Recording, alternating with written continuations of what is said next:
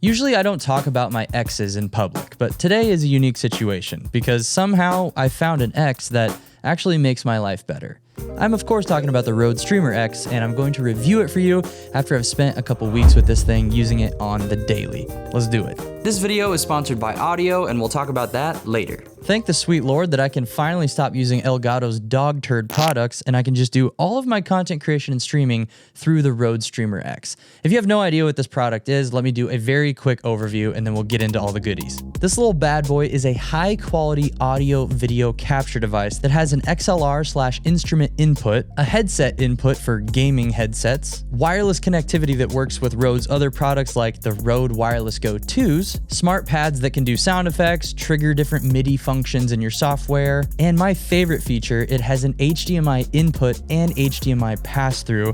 We're gonna get into a lot of different things that you can do with that, which I'm super pumped about, and that's what the Streamer X is. Let's talk about the boring stuff first, build quality. Similar to my other X's, this one is made of all plastic and but this one doesn't come across as cheap. The USB and HDMI ports on the device are extremely well built, and when you push that cable in, it's actually really hard to push it out. You know how some ports are just kind of weak and you can kind of slide them in and out? These are extremely robust. And an understated feature is the way it's designed. Even when you have all of the ports filled up with different cables, the unit itself doesn't tip back. It's balanced really well, and you can rely on it to not fly off your desk. Another cool thing about the body is it has a 1/4-20 mount, so you can mount it to any sort of tripod mount or 1/4-20 thing. You can basically put this thing wherever you need it to go. You can put it on a moving stand if you wanted to have it more portable, and that's a nice little function. The pads, the buttons, and the knobs all feel extremely high quality. The pads here nice shot. Have a nice amount of resistance to them,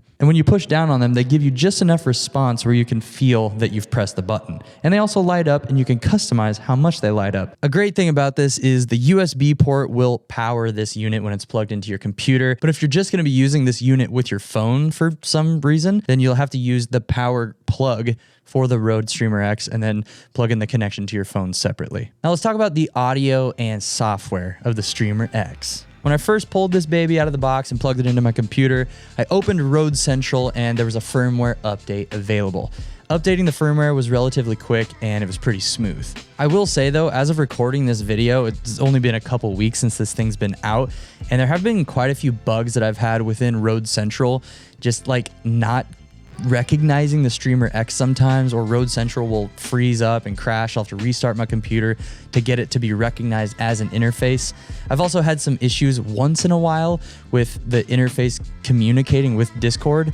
I talked to a buddy and he thinks it's Discord's end that's the problem, but there's been a couple times where I've had to factory reset the Streamer X because I just couldn't figure out how to get it to connect, or I'd have to unplug my USB-C and plug it back in, let it boot up, and it was fine again.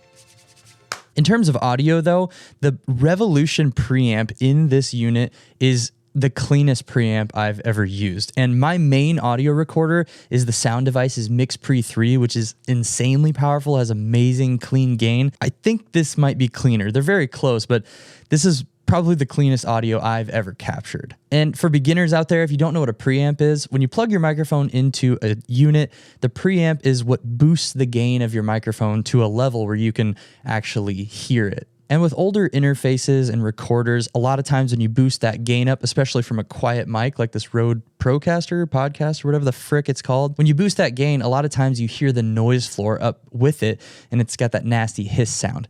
This Rode Streamer X, the Revolution preamp, is the same one that's in the Rode Procaster 2.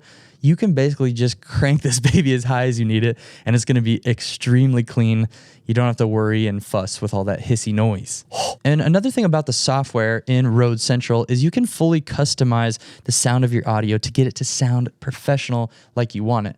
So you click into the Streamer X here, and then you go to Audio Setup, and then if you click down here, which is your microphone input, go to Settings, you have all of these processing options here, like high pass filter, de-esser, noise gate, compressor, EQ, all these things that every other YouTuber's already talked about. I'm not going to bore you. This is what it sounds like with the processing off.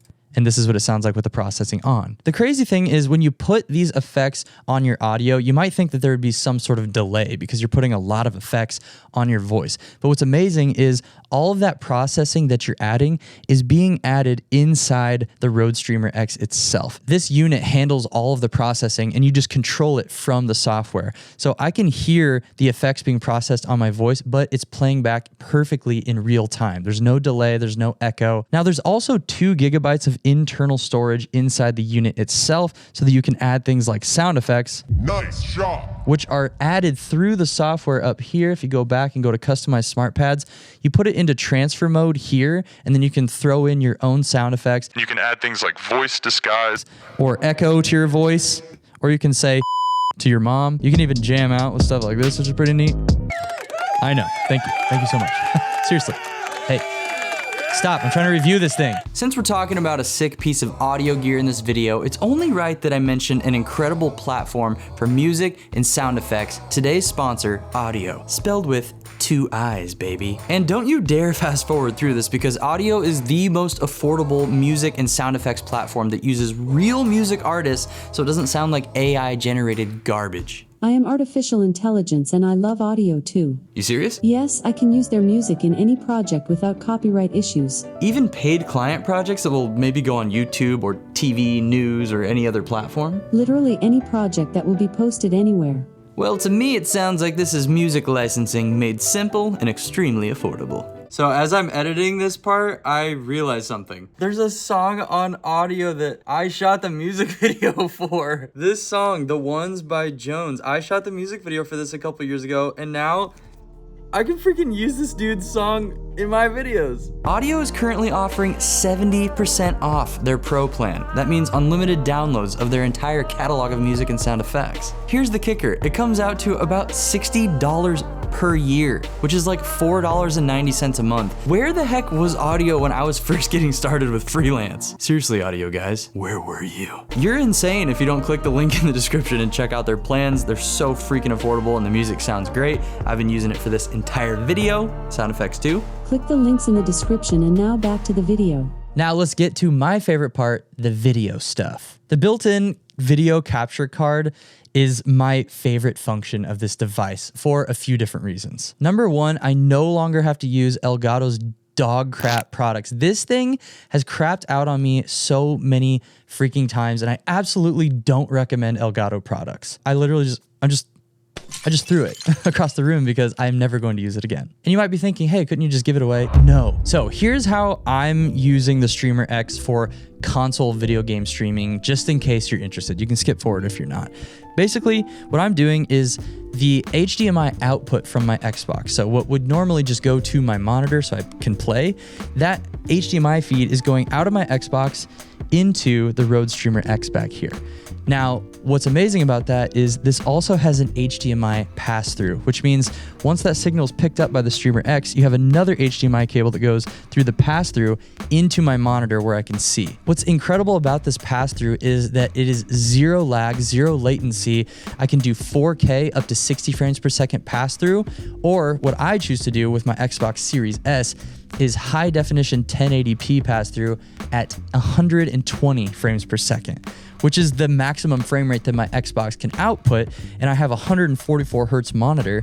So basically, I'm getting the best performance out of my Xbox and my viewing with my gaming monitor while capturing it in its highest quality. Dude, it's freaking sweet, man. Swing those hips for me, baby. Oh, big team, let's go. You might be wondering, how are you capturing your camera visuals as well since your HDMI ports are taken up? What's amazing is if you have a USB streaming capable camera like the Sony FX30, which is a brand new camera I just got, I'm super stoked about it.